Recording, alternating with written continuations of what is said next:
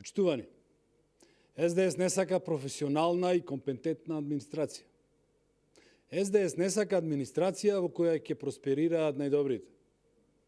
СДС е против европска, ефикасна администрација во служба на граѓаните.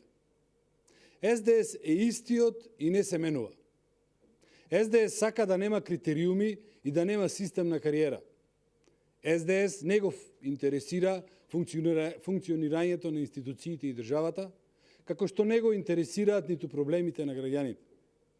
СДС го интересира само згрижувањето на партиските послушници на трошок на граѓаните. Затоа СДС најавува укинување на сите критериуми за вработување во државната администрација.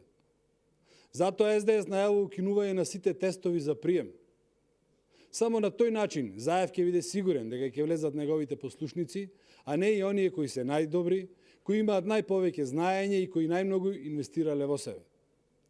Ако досега на никого не беше јасно зошто во изминативите 2 месеци државата секој ден се задолжува милиони евра, сега е јасно како ден. Македонија се задолжува милиони евра за партиски вработувања и исплата на партиските војници на Заев и СДС.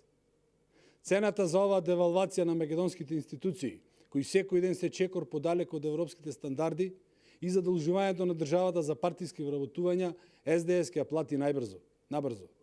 Граѓаните гледаат како професионалци се менуваат за луѓе со купени дипломи, блиски до Зоран Заев. Граѓаните гледаат како до вчерашните нивни комшии, пријатели, роднини, кои важеле за вистински професионалци во својата област, денес се заменети за лични пријатели на Заев, кои немаат допирна точка со позицијата која добиле.